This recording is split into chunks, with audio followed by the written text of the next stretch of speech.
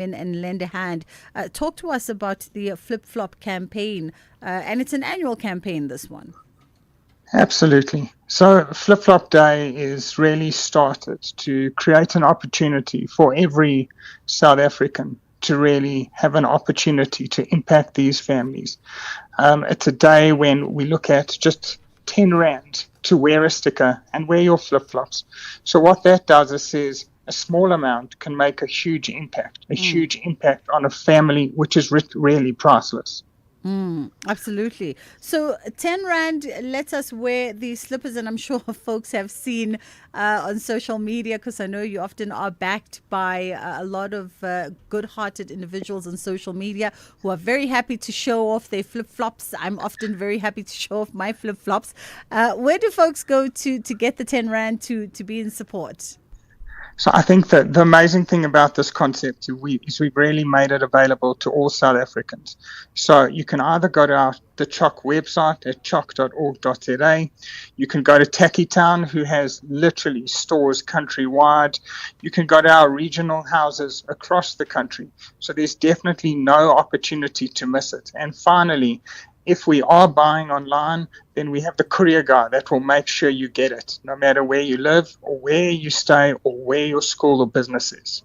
Part of the fun of the day, as much as the work that's undertaken by CHOC is, of course, very serious and heavy work, but part of the fun of the day is for everyone to showcase their flip-flops under the hashtag FlipFlopDay26. And you're encouraging everybody to share this on social media and spread the word. Absolutely. So sharing on social media is a key thing because it's going to open up conversations. Why are you wearing flip-flops?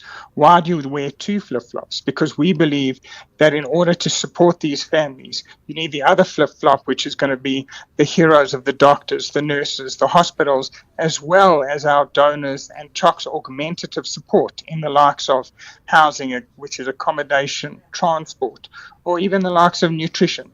So you need both flip-flops to travel that journey. And in this journey, it's the journey of treatment, and we all look forward to as many survivors throughout the outcomes. Let's talk a little bit in our final moments, Headley, around just the collective effort, right? It's 10 Rand per sticker per person so that you can partake in the day, Flip Flop Day 2026. But if 20 of your friends come together and commit to the Flip Flop Day and purchasing the stickers, please don't just wear flip-flops without purchasing the stickers. Don't be that person. Purchase the sticker, wear the sticker proudly, then wear your flip-flops and look all colorful and fun. But 20 friends actually cover the average monthly transport that it costs for a child to travel to and from treatments. Absolutely. So I think what you can see here is it might be 10 Rand, but 10 Rand can be transport, and that transport can be the barrier between this child and its family getting to that treatment center. So whether you've got R1 million worth of treatment at these phenomenal hospitals, without that transport, that could be the barrier. So 20 of your friends could enable someone to get care that might have other challenges in getting there. The importance of the CHOC care bags, because you say that these are important for every newly diagnosed child. Absolutely. Most people think it's just luxury items, but it's definitely not. We want to make sure that if a family doesn't have toothpaste, toothbrush, and basic necessities, they have it. But there's also important information that will really guide them through the journey. Patient handbooks, important information about some of the treatment, also about some of the experiences that they're going to undergo, lived experiences. So this care bag is really something that they're going to use for a very long time. Sometimes we even have to give a second one when if necessary. But mostly it's for those that are newly diagnosed. And for us, it's one of the components about saying, firstly, I see you and I'm here to help you. And two, If there are things that you need, that is where CHOC is there to support. Headley, thank you so much for the time. So let's all go out there and support Flip Flop Day come the 20th of February. If you can galvanize 20 of your friends. Basically, you guys have covered the transportation for a child to travel to and from their treatment. If you get 30 of your friends together, you've helped CHOC put together those care bags with all the necessary reading and care essentials. And if you can get the entire office and get 60 people to partake, it's 10 Rand a sticker. It can cover one night of accommodation for a child or a teenager and their caregiver at a CHOC house that provides them a safe, hygienic room and meals free of charge. So let's go out there and do our bit. Galvanize everybody. 20th of February. It's Flip Flop Day, led by CHOC, the Childhood Cancer Foundation of South Africa. 2 o'clock on Daylight. Standing by.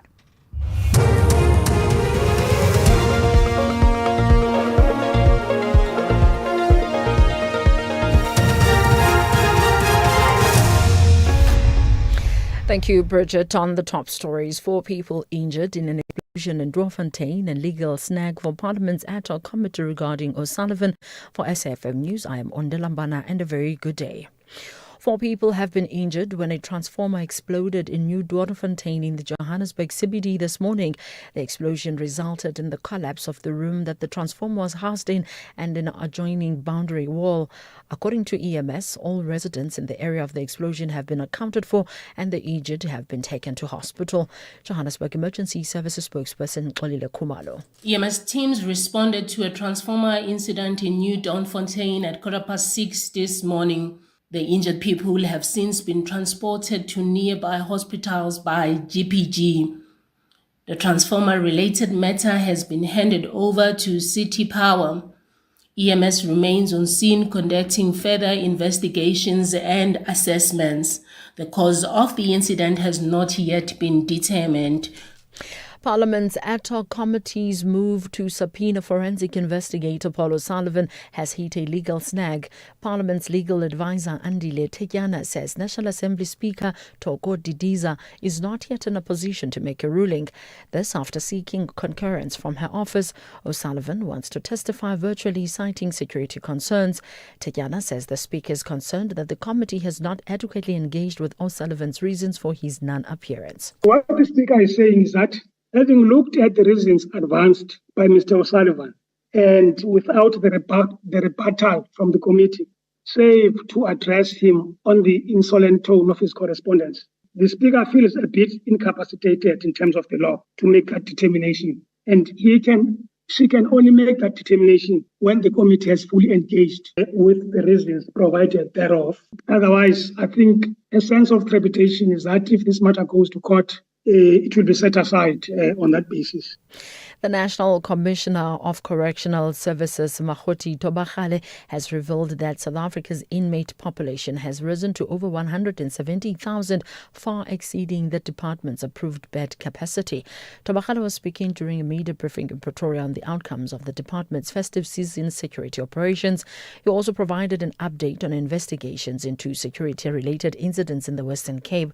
Tobakale says the situation has placed enormous pressure on staffing and security during the festive season security operations, leading to overcrowding. During the festive season, the inmate population exceeded 739,000, far surpassing the department's approved capacity of approximately 107,67 beds. This level of incarceration represents the highest population recorded in recent years and has placed immense pressure on infrastructure, staffing, security management, budget, and it's also compounded by reduced court activity during the festive season.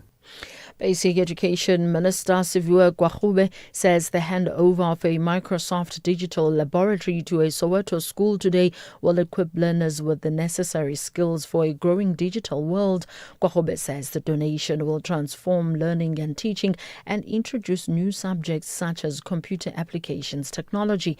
Speaking at the handover ceremony at Epiphany Secondary School, she said the laboratory will ensure that learners are not left behind as the world moves towards digital education. More importantly for me, this donation will ensure that quality learning and teaching happens. That is the key for this department. Quality learning and teaching must happen because, and I was glad to hear that even teacher training was factored in as part of this, because there's nothing worse than having a generous donation sitting and being a white elephant because we didn't bring the teachers along. You can transform any system, ladies and gentlemen, but teachers are the key cog that make that system work. And so having them being trained, having them be able to navigate that is excellent. The right-wing politician Laura Fernandez has won Costa Rica's presidential election with nearly 90% of the vote counted. She's on 48%. That's some 15 percentage points ahead of her nearest rival, the centrist Alvaro Ramos, who has acknowledged he's lost. Fernandez is from the same conservative party as the departing President Rodrigo Chavez, the BBC's Will Grant reports. Many Costa Ricans voted over the question of rising crime amid fears that an uptick in drug-related violence could threaten the traditionally stable democracy. The former Planning and Economy Minister has proposed declaring a state of emergency over the security situation, something which her critics say is an imitation of another conservative Central American leader, Nayib Bukele of El Salvador. While her party is expected to perform well in the parliamentary election, in which the votes are still being tallied, it is believed they may fall short of the supermajority they want in order to change the makeup of the Supreme Court. 4 people have been injured when a transformer exploded in New Dwarffontein in the Johannesburg CBD this morning. The explosion resulted in the collapse of the room that the transformer was housed in and adjoining boundary wall. I am Ondelambana for SFM News. Headlines at 2:30. Bridget Masinga on SAFM. Bridget Masinga on SAFM. Siwela Langeni, co-founder of the book Circle Capital and author of Making Friends with Feelings. Books are coming out like literally every week. Ken Macmillan announced that Rachel Kolisi is releasing a book in March. So today's agenda is a book that I'm so excited about, a book that has sold so well in bookshops nationwide. I write what I like by Steve Biko, the famous book, the most stolen book at Book Circle Capital. Really? Yeah, and there's an isiXhosa version, Dibala Intando Yam. Yes. Translated by Professor P.T. Mtuze, and it's been done in conjunction with the Biko Foundation and the family, which features writing from the famous activist and Black consciousness leader Steve Biko before his untimely death in detention at the age of 30. Bridget Masinga, weekdays on The Full Circle. The Full Circle with Bridget Masinga, Monday to Friday, 1 to 3 p.m.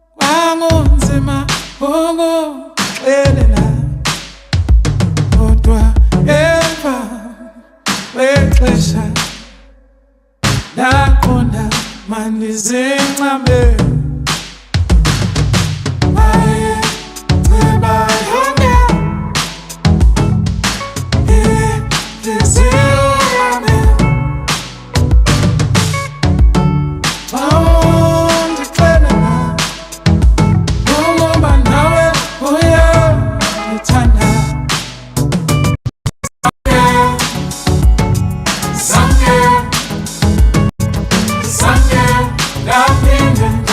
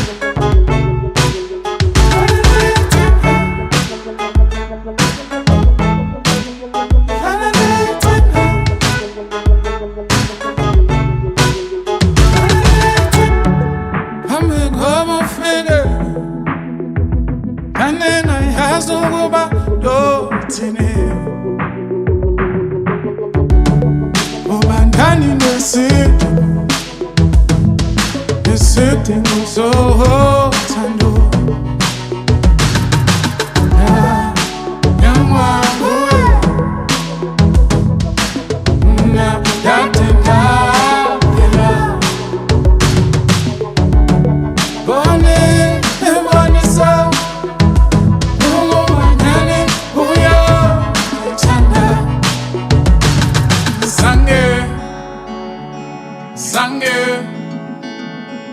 Sange ndaphinde ndafana yaba ngomunye umuntu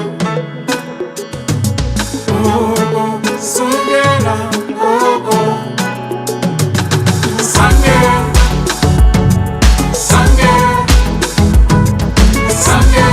ndaphinde ndafana yaba ngomunye umuntu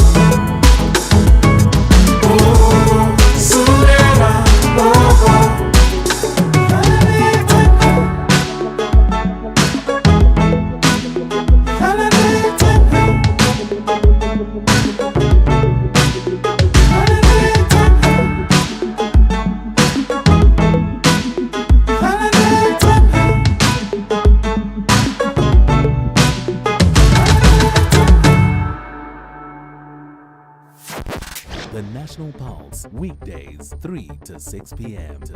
What's your thoughts regarding South Africa, what we're doing and what we're not doing regarding Zimbabwe? South African government, what they are doing wrong, they are supporting the current regime, and that regime is giving South Africa problems. That's why you see here, we do have many illegal immigrants. They live in South Africa.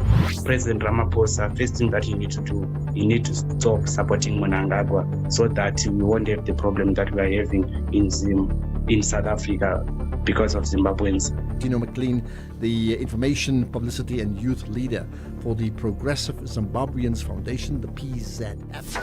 Ashraf Garda on SAFM. Find the podcast at safm.co.za.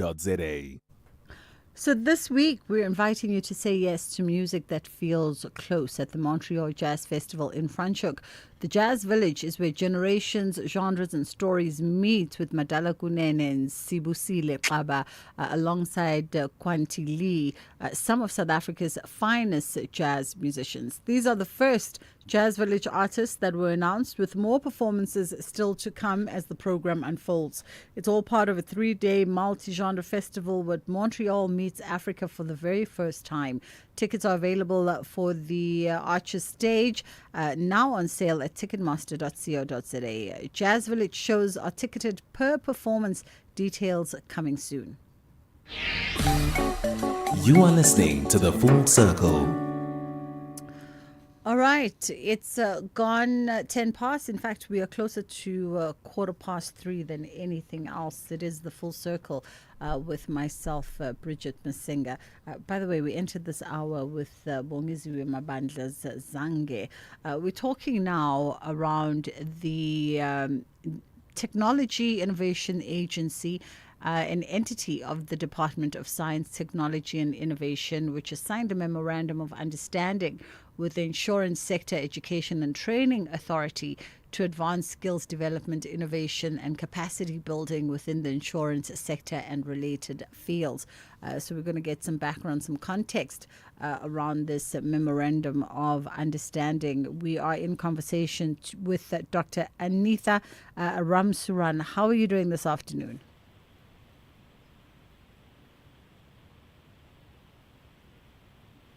Anitha? Perhaps she's just put us on pause for a second. We're just trying to reconnect with Dr. Anitha Ramsuran to have this conversation around this memorandum of understanding that was signed signed in December, really, in Johannesburg. We want to find out more what this 5-year agreement entails. So as my team perhaps tries to reconnect with her, let's take a quick pause and then we'll be right back. For 90 years, one voice has informed, challenged, and connected a nation. SAFM, South Africa's national English public radio station. Established in 1936 as the SABC's very first service, the A program, evolving through the English service, Radio South Africa to SAFM in 1995, shaping thought and strengthening democracy. From a full-spectrum station to a trusted home of news and talk, SAFM continues to lead the conversations 90 years strong. SAFM, leading the conversations that move us.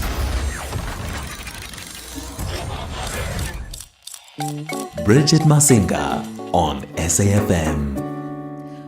All right, let's try again. Dr. Anita Ramsaran joins us now to talk to us about this memorandum of understanding between the Technology Innovation Agency, which is an entity of the Department of Science, Technology and Innovation, with the Insurance Sector Education and Training Authorities.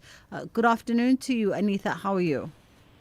Good afternoon, Bridget. I'm good. Thank you very much. And good afternoon to your listeners. Thanks for the time. Let's talk about perhaps how this memorandum of understanding comes about, or maybe even before we get there, just the work that's undertaken by the Technology Innovation Agency. Thank you, Bridget. So the Technology Innovation Agency, TIA for short, was established by the Department of Science, Technology and Innovation 15 years ago. So this year we actually celebrate our 15th birthday of supporting innovation. The main aim of the agency is actually to support the development of technology innovation from very early stage right up till it reaches the market, which we refer to as commercialization. So over the last 15 years, we've invested billions of rands in terms of the development of new technologies, right from the high-end technologies to low-end technologies, focusing a lot on blue sky, science and innovation, as well as community-developed innovations. You've now signed a memorandum of understanding between yourselves and the Insurance Sector and Training Authority. Speak to us about this memorandum and how these two entities come together. Thanks. So the MOU actually preceded a program that we established with the INSETA, and this was an innovation challenge.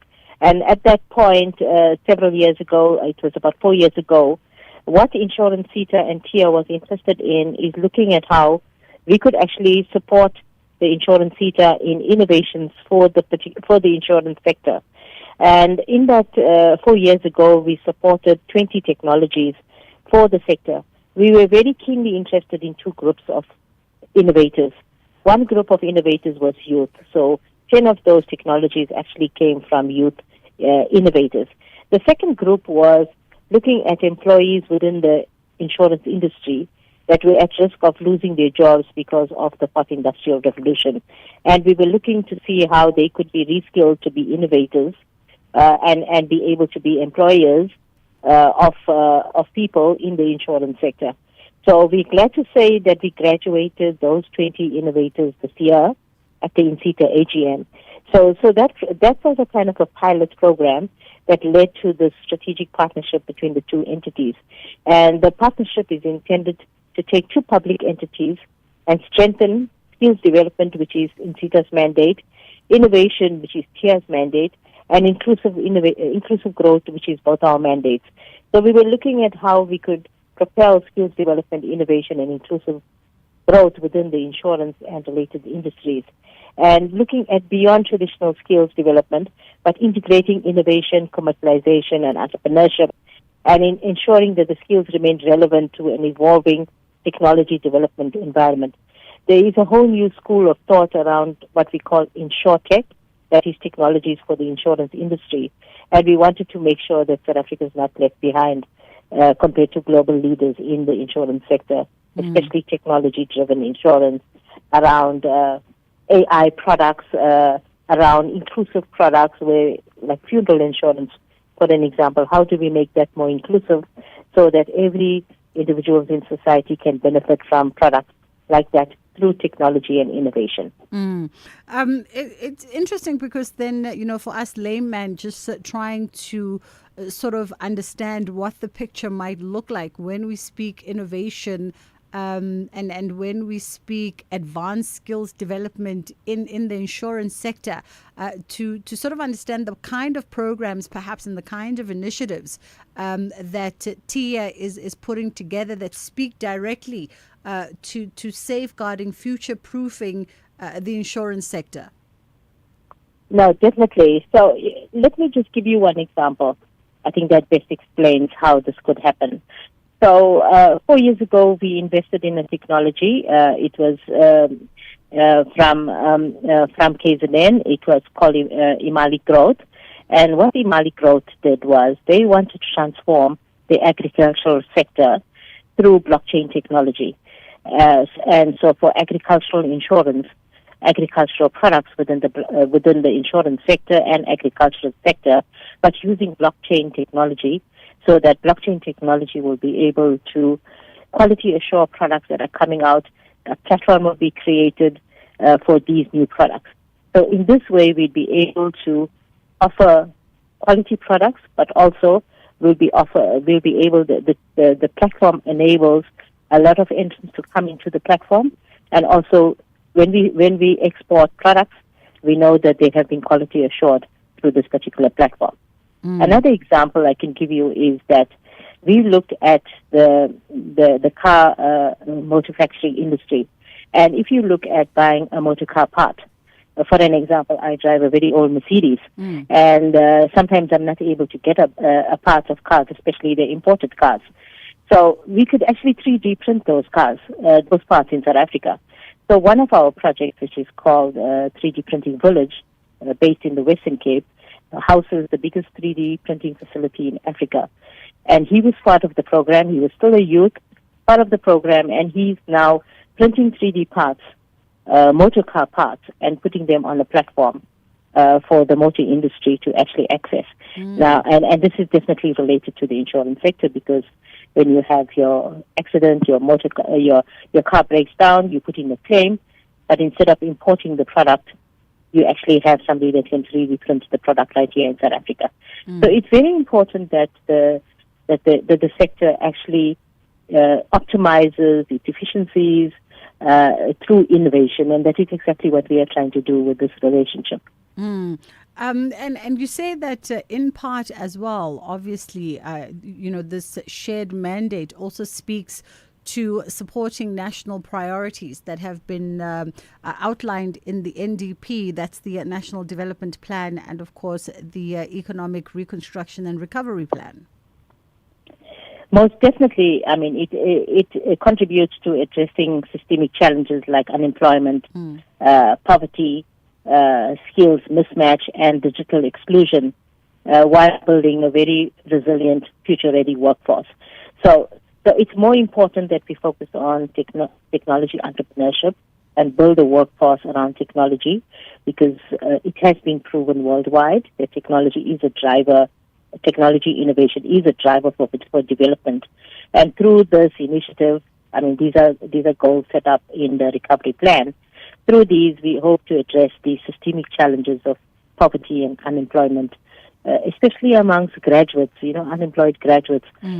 So these programs are intended so that we can draw in new entrants into the industry, and these new entrants come with future thinking, and we introduce them to future skills in these areas.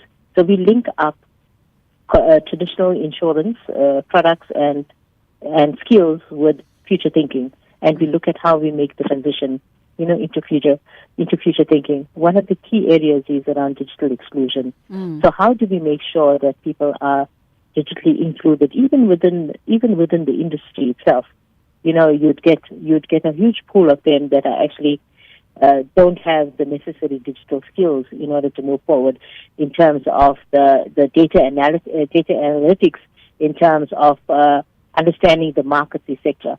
So how do we move employees along those digital those skills pathways? I think it's where TIA could also be of assistance to the insurance sector. And the mandate for TIA is not just solely funding and supporting innovative technologies, but you also task with providing non-financial support to innovators and SMMEs. No, that's definitely correct. So some of the areas of non-financial support is around what we called our Centers for Innovation and Entrepreneurship and our Living Labs. So in the past few years, TIA has established 31 Living Labs or innovation centers, and these centers are meant to provide that kind of support to youth, to community members that want to engage in innovation, that have bright ideas and want to help to take those ideas into technology development, into market-ready products. So those are situated across the country. They are available if you want to locate any of them to understand what services they provide. They are definitely available. But in addition to that, as part of the MOU between TIA and INSETA, we are partnering with INSETA on the Ensure Digital Hubs. So INSETA has set up a digital hub at the Tibet Coastal College in Durban, and they intend to set up a few others. Now, these digital hubs through INSETA are meant to simulate a very innovative learning environment for any entrants that want to come into that space. What TIA brings to the party is how could we partner with INSETA to actually ensure that technology entrepreneurship, also they get skilling in technology entrepreneurship at the very center, as well as learning how to take a product from idea to market. So TIA's role will be to partner with the Ensure Digital Hubs to ensure that we push forward entrepreneurship and technology development through these hubs. And they act as a center for innovation and skills development for the sector. Some of the things we are looking for in these digital hubs are like in terms of AI, in terms of coding, running hackathons around AI, and these would be AI related to the industry. So it will have a lot of relevance in terms of the insurance and the related industry sector. Definitely a worthwhile, I think, opportunity for any young innovator out there. Dr. Anitha Ramsuran, thank you so much for the conversation and for sharing of that information. That was Dr. Anitha Ramsuran, and of course TIA, the Technology Innovation Agency, there partnering up with the insurance sector, education and training authorities to provide those advanced skills development. Look at innovative ideas, supporting and developing innovative ideas specifically within technology and capacity building for the purposes of bolstering the insurance sector and related industries. It's about a minute to go before 2:30, so we're going to hit a quick pause, and then we'll come back at the bottom of the hour, exactly 2:30, with your headline news. And on the other side of that, we're going to get into our kids programming for the day with Kids Corner. As the nation seeks answers, SAFM brings you live, uninterrupted coverage of Parliament's Ad Hoc Committee investigating allegations made by KwaZulu-Natal Provincial Commissioner, Lieutenant General Nhlanhla Mkhwanazi. You can also stay up to date with the Judicial Commission of Inquiry into criminality, political interference, and corruption in the criminal justice system. Stay informed, stay connected. Tune in live on SAFM 104 to 107 and follow the coverage across our digital platforms live on Facebook, X, and YouTube at SAFM Radio. SAFM, leading the conversations that move us.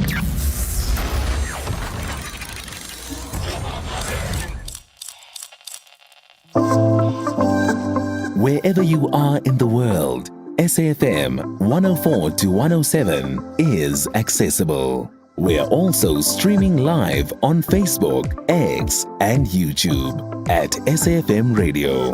We acknowledge and appreciate everyone tuning in and watching our streams. Stay with SAFM 104 to 107 as we bring you Commission Live, breaking stories, and thought-provoking lectures. SAFM, leading the conversations that move us.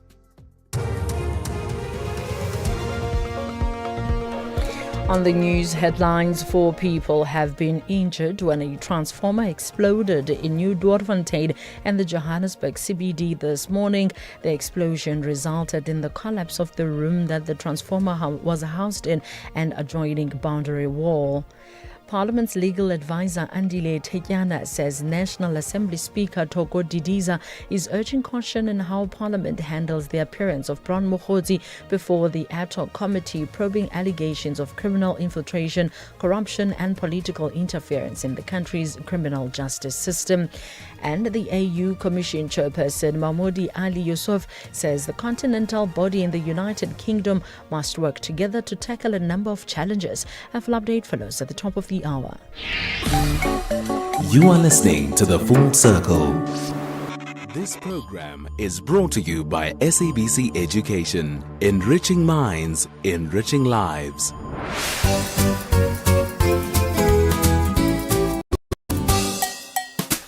Hello friends and happy Monday. Welcome to a brand new week and welcome to Kids Corner. Have you ever lost something at school, like a pencil, a jersey, or your lunchbox? How did it make you feel when you couldn't find it? Why do you think learners sometimes lose their belongings at school? What are some smart ways you can look after your things better at school? How does writing your name on your belongings help you and others? And if you could find something at school that does not belong to you, what would you do? Let's start our week by learning how to take care of our things and be honest, responsible learners at school. Now let's hear from some of our friends while you share your answers with the people next to you. Hi everyone, my name is Ashley Kabamba. I've lost things at school before, like a pen or my water bottle, and it made me feel frustrated and worried. Learners sometimes lose their belongings because they rush, share items or forget where they put their things. To look after my things better, I try to keep them in one place and check my bag before leaving class. Writing your name in your belongings really helps because if someone finds them, they know who to return them to. If I find something at school that doesn't belong to me, I think the right thing to do is to give it to a teacher or take it to the lost and found because it might be very important to someone else. Hi friends, my name is Oketwa Munyai and I live in Bulugwane City. Yes, I have lost something before. It was my favorite pencil. I felt sad and anxious at the same time. I think learners lose their stuff when they are in a hurry or not careful with their stuff. And if you want to take care of your things better, you should be more consistent with them. Writing your name on your belongings helps people identify who it belongs to. If you find something that does not belong to you, you should take it to the lost and found or give it to a teacher that you trust. Thank you. My name is Durueta Nju and I go to Mokoli House School. Yes, I have lost my blazer before at school. Losing my blazer made me feel very confused and upset because I could not remember where I last had it. And because I know that blazers are not a cheap and forgettable piece of school uniform. I also probably had some items in my school blazer which would have been very sad to lose. At least I found it. I think that often learners lose their belongings at school because of how caught up we get in the world around us and how easily distracted we are because of our friends. Another thing which should be very important to us all is labeling our belongings, which many of us do not do. And we end up being doubtful about whether a piece of stationery or uniform is ours or not. A very important way to make sure that you have all your belongings, which my Afrikaans teacher hugely requests, is to gather your belongings in silence and not in the chaos of chatter. Writing your name on belongings is very helpful because it reduces confusion between your own things and other people's things. If you find something that does not belong to you, show a teacher or give it to the school office for them to announce if anyone has lost a belonging. Hello friends, my name is Akona Tagaran. I am 9 years old and I am in grade 5. Losing a pencil, jersey or lunchbox at school. It feels annoying and you worry you'll need it. Kids lose things because they are busy or forgetful. To keep stuff safe, label it with your name and put it in a fixed spot in your bag or locker. Writing your name on things helps you spot yours easily and stops mix-ups. If you find something that isn't yours, Take it to the lost and found desk or ask a teacher to find the owner. Hello everybody, my name is Karabo. Yes, I have lost a lot of things at school, including a whole pencil case, never mind just a pencil. I've lost clothes before, I've lost bottles, I've lost lunch boxes, and now that I'm older, it doesn't really stress me as much. But back when I was young, I would feel stressed because I knew when I got home, my mom would be very angry with me. But now I feel like I'm a bit more responsible when it comes to losing certain things. I make sure everything is in my locker, or if it's not in my locker, it's in my bag with me. Why I think learners sometimes lose their belongings at school is because they're not paying attention to detail, which can cause people losing things when not expected. What I do to look for things after I've lost them is go to reception and see if they find anything. But what I do to look after my things better at school is just keep them with me or keep them in my locker, so that at least if I do feel like I've lost something, I can always check in my locker, because my locker has a lock. Writing my name on my belongings helps me by knowing if someone else took my things, or when I'm looking for something and I see a familiar book, I look at the name and see that that is indeed my belonging. What you should do if you find something at school that does not belong to you is to always hand it to a teacher, or if you do have a receptionist at school, give it to the receptionist so that they are able to find out who it belonged to. Well, thank you for listening. Bye. Hello, beautiful people of Mzansi. My name is Lwandi Hlongwane. Yes, I have lost something at school, and I was absolutely terrified to go back home. I remember one time I lost my jersey, and I was so scared to go home because my mom was telling me to never ever forget to put my jersey in my bag, and she would tell me every single day, and she would even check my bag every single time I came back home to check if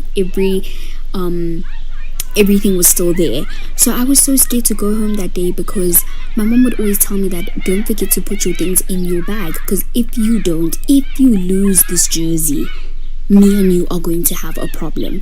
So I lost my jersey, and I was absolutely terrified because I was like, oh my gosh, it's about to go down.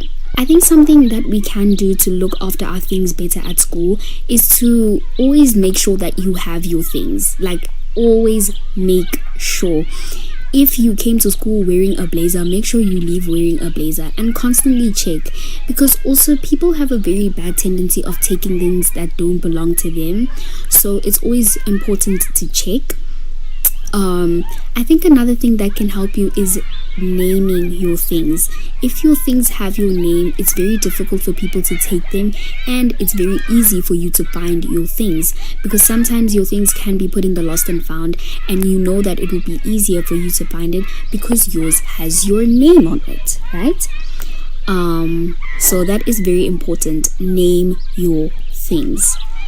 If you find something at school that does not belong to you, please do not take it, because you are causing someone else immense anxiety. That person is stressing out wherever they are because they know that they have to go home and explain, and that is actually very dreadful. So if you know that it doesn't belong to you, you can give it to a teacher or give it to the office or pop it into the lost and found, so that when the person is looking for it, they can find it. Please, guys, let's stop taking things that don't belong to us.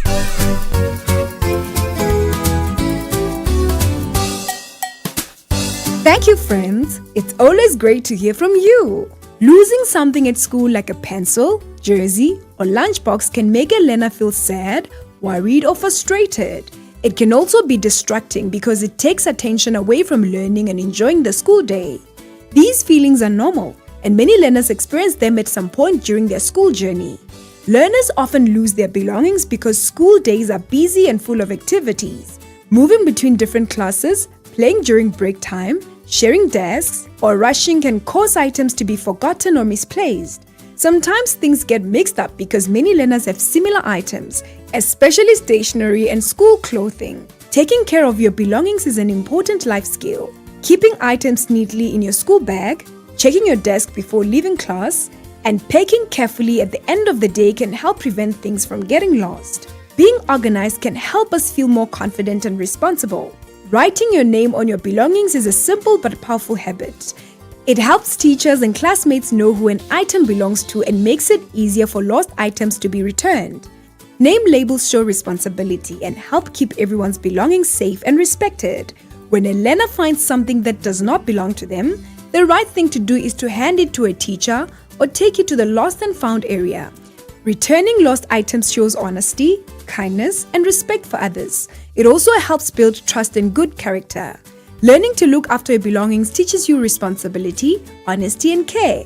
These habits help create a respectful school environment where everyone feels safe and supported. By taking care of what belongs to you and respecting what belongs to others, you help make school a better place for everyone. That's it for today, friends. See you next time.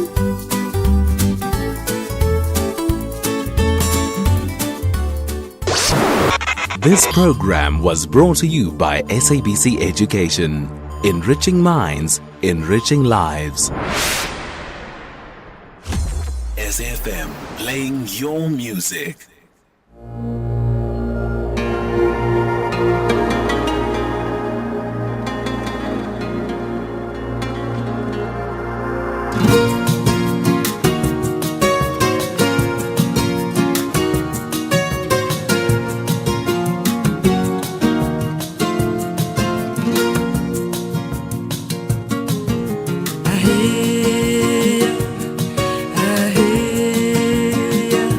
Kwaba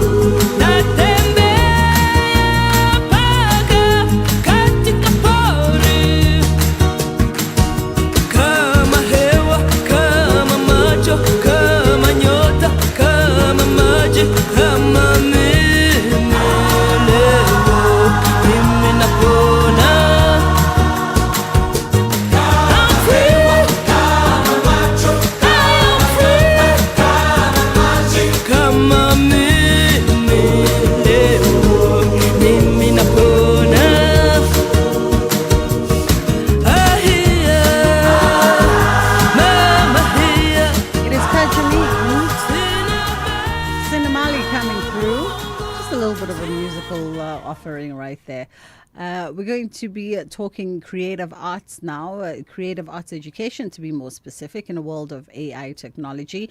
And this was a thought piece by Sanele Sibiya, Head of Culture at Redham House, Helderfontein. And we're looking at the creative arts as an essential part of education for a child's overall development. A lot of people tend to look down on the creative arts. A lot of parents need convincing, in fact, when their children embark on creative arts programs or selectives. It's oftentimes a cause for much discourse and heated blood pressures in the households, but there is benefit and there is value to the CCI. Sanele Sibiya joins us now, Head of Culture at Redham House, Helderfontein. How are you doing this afternoon? I'm good, and yourself, Bridget? I'm good. Thank you so much for the time. This is oftentimes, especially when it comes to selectives choosing one's modules for, especially senior high school. It's often a contentious time if a kid decides to choose something that's arts focused or leans more towards something that's arts focused. Before we even unpack the creative arts in a world of AI education, just as an educator, let's have a conversation perhaps about debunking the value of creative arts. Parents will say, there's no value in you doing arts or anything creative, doing drama or whatever it is. Choose something that's more serious. Yes. So first and foremost, thank you so much for having me on. I do think the conversation is quite important now. The values of creative art, I think, are very straightforward, and I think everyone knows them. It builds confidence. There's a sense of working together in a group. But the biggest conversation is, how does that align with, what my child needs to do after school?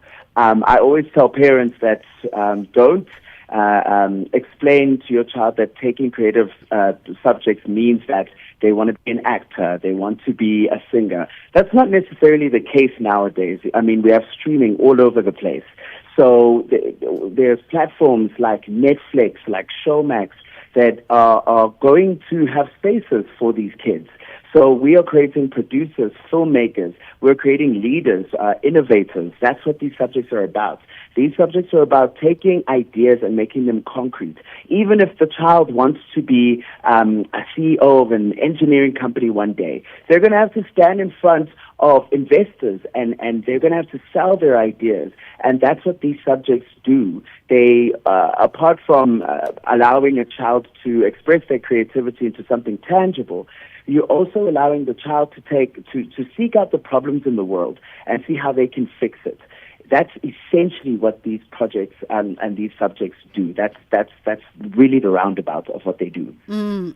It's interesting because I think we almost take it for granted when we're people in these spaces, and maybe engaging people who might be in different spaces but who are enlightened on broader things. Because I chuckled when you said, the value of creative arts cannot be debated, and I tried to sort of do a quick search in a conversation I had with my friends late last year sometime when someone posed the question, when did STEM become STEAM?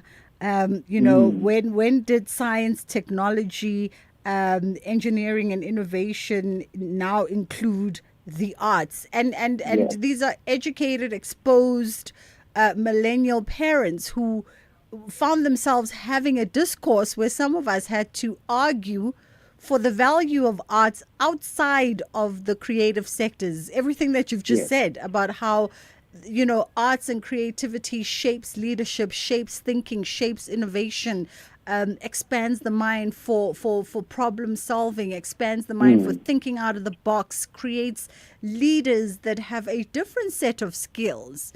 And it was in that conversation where a good majority of my friends said, oh, I've never thought of arts and creativity from that perspective, because there are ones and twos people, numbers and all that. So that's so interesting because I think as a millennial, when we think of drama or music, we always thought about those clubs at school where the kids were singing and dancing, and that's as far as it went for a lot of us. But in the world of STEM now, STEAM, it's so crucial and essential that the child is able to explore art, and I'll tell you why. Art right now bases a lot of its education around the understanding of humanity, around the psychology of a human, around how the world works. And when we look at visual arts, dramatic arts, music, dance, all of those subjects, they are able to translate what is happening into the world, especially for a young child, and allow them to express that. And what's happening now with the AI development and everything is, sure, technology is booming, which is a great thing, but our children are not having those avenues where they are able to break down what is happening and express that. And I think that those subjects do that well. And then when we pair it with the development of what is happening in today's society, Sanele, it only makes... Yes. So sorry to interject. Let's just take a quick break. We come back on the other side, and we'll pick up on that point. Perfect. Clientele is here to safeguard you and your family with compassion because life happens. Be part of a family that truly cares. Our funeral dignity plans have helped South Africans bury their loved ones with dignity for more than 30 years. Let us help you create a meaningful tribute that honors your life and those of your loved ones. We pay out within 24 hours and you will get double accident cover with a clientele funeral plan. Our plans are affordable. Pick the option that suits your needs. Easy to apply, no medical examinations and no paperwork. SMS SAFM to 48031. That's 48031. Clientele Life is an authorized FSP and licensed life insurer. T's and C's online. Standard rates apply. As we celebrate 90 years of existence, SAFM takes you back to the voices that shaped a nation. Now leave the SABC and see the tower block lit up, 27 stories of light. Move from Auckland Park into the shadow of the Hillbrow Post Office Tower.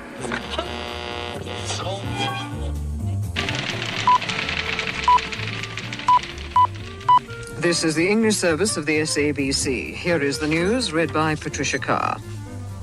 A member of the Planning Committee of the President's Council, Mr. Nick Turnich, has been appointed chairman of the Council's Community Relations Community. 90 years of trusted voices. This is SAFM. Bridget Masinga on SAFM. In conversation with Head of Culture at Rhythm House, Hildefontein Sanele Sibiya, on the back of a piece and a thought piece written by him exploring creative arts education in the world of AI technology. And before I so rudely interrupted you, you're about to walk us through exactly, the kind of impact perhaps or the kind of evolution that this intrusion of technologies has created in the world of arts and culture. Yes. All right. So when we look at the world today, and like I said earlier on, we have a huge technological boom, which is absolutely fantastic.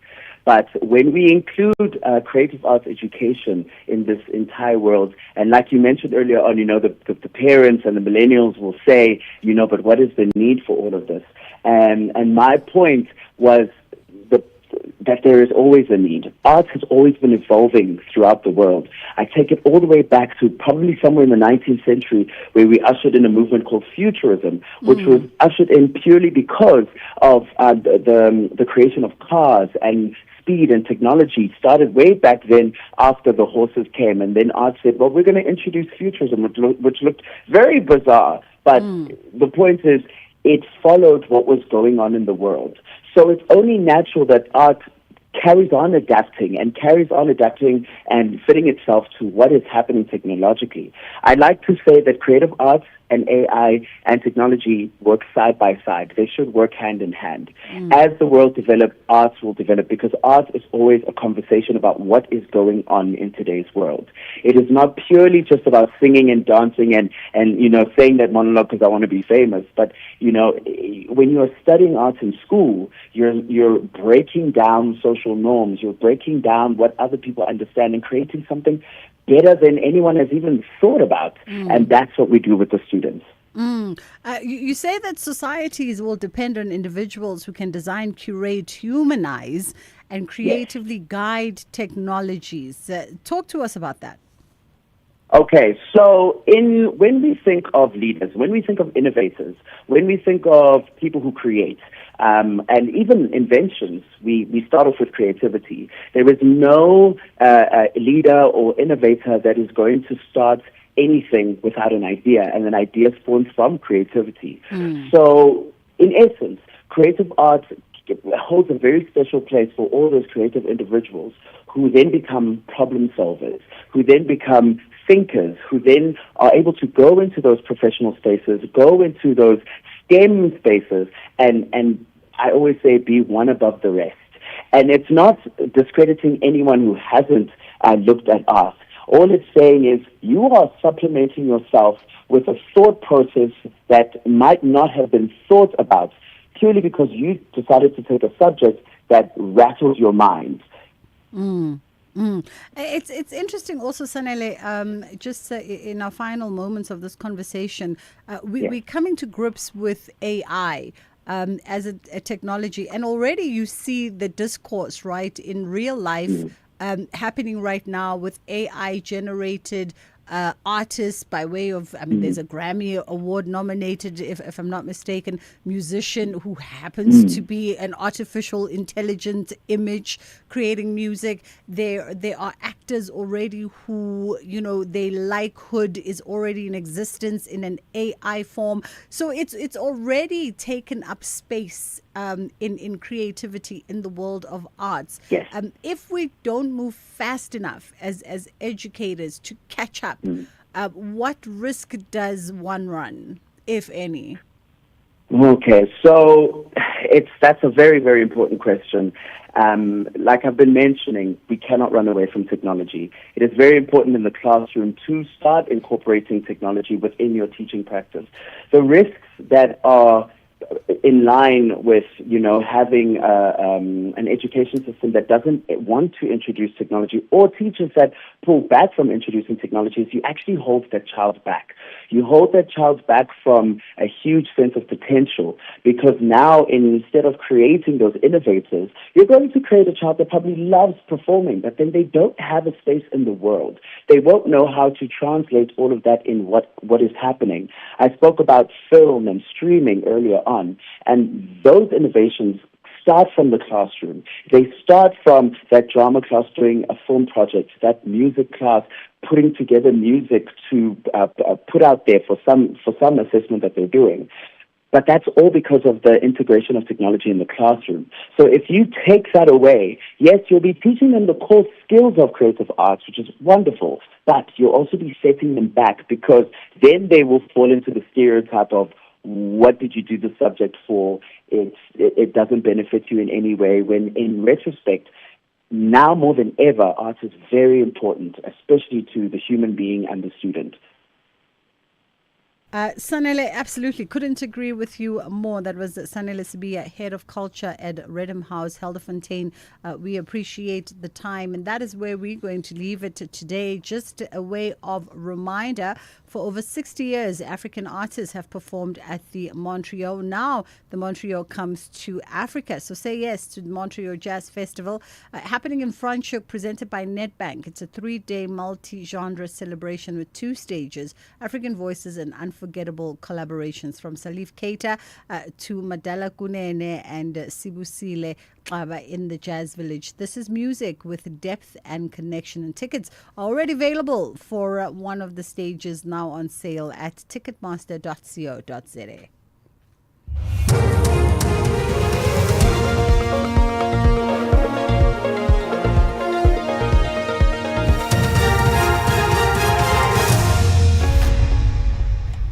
Thank you, Bridget. On the top stories, Captain Mahudra accuses officer in Swart investigation of kidnapping and 4 people injured in an explosion in Doornfontein. For SFM News, I'm Ondalambana, and a very good afternoon.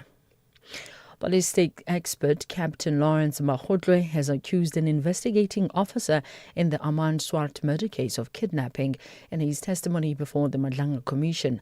The officer earlier testified before the commission as Witness B. Mahotlo says Witness B wanted him to make a correction on the Swart forensic report. Witness B previously testified that Mahotlo's report on Swart's murder had many errors which had the potential of delaying prosecution.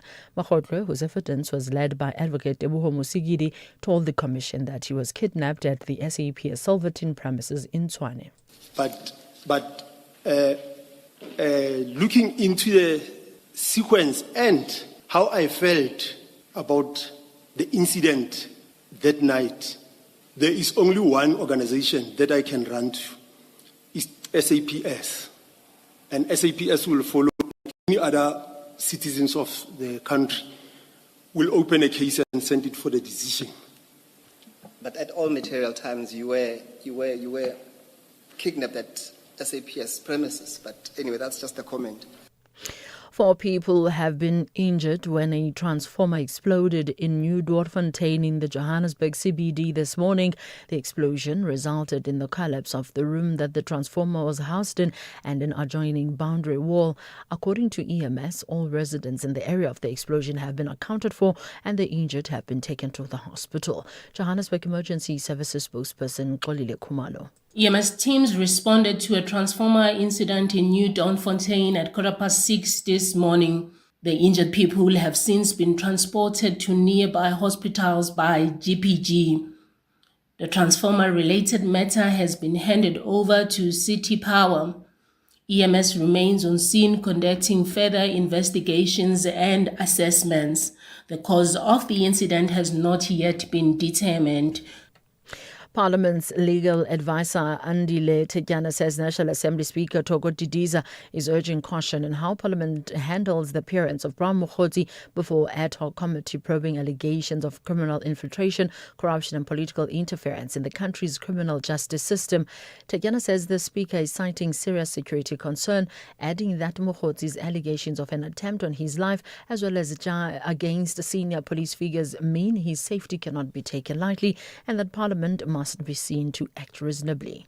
What the Speaker is saying, Chairperson, in respect of Mr. Mokgotsi, is that you will recall that sometime last year in November, there was an attempt on his life, and even at the Madlanga Commission of Inquiry, if you go through his testimony there, he had disclosed that he is a crime intelligence agent, and of course, in the statement, which he has subsequently filed to the evidence leaders. He implicates General Masimula, General Mkhwanazi, and General Khumalo in the matter of informants. And the Speaker is merely saying, therefore, his security concerns should not be taken lightly. The National Commission of Correctional Services, Mahodi Tobachale, has confirmed that over 5,000 searches were conducted across prisons nationwide during the 2025-26 festive season security operations. Tobachale says the Eastern Cape and Free State have recorded the highest volumes of seized sharpened objects. Speaking to the media in Pretoria on the outcomes of the department's festive season security operations, Tobachale says these searches have yielded positive results.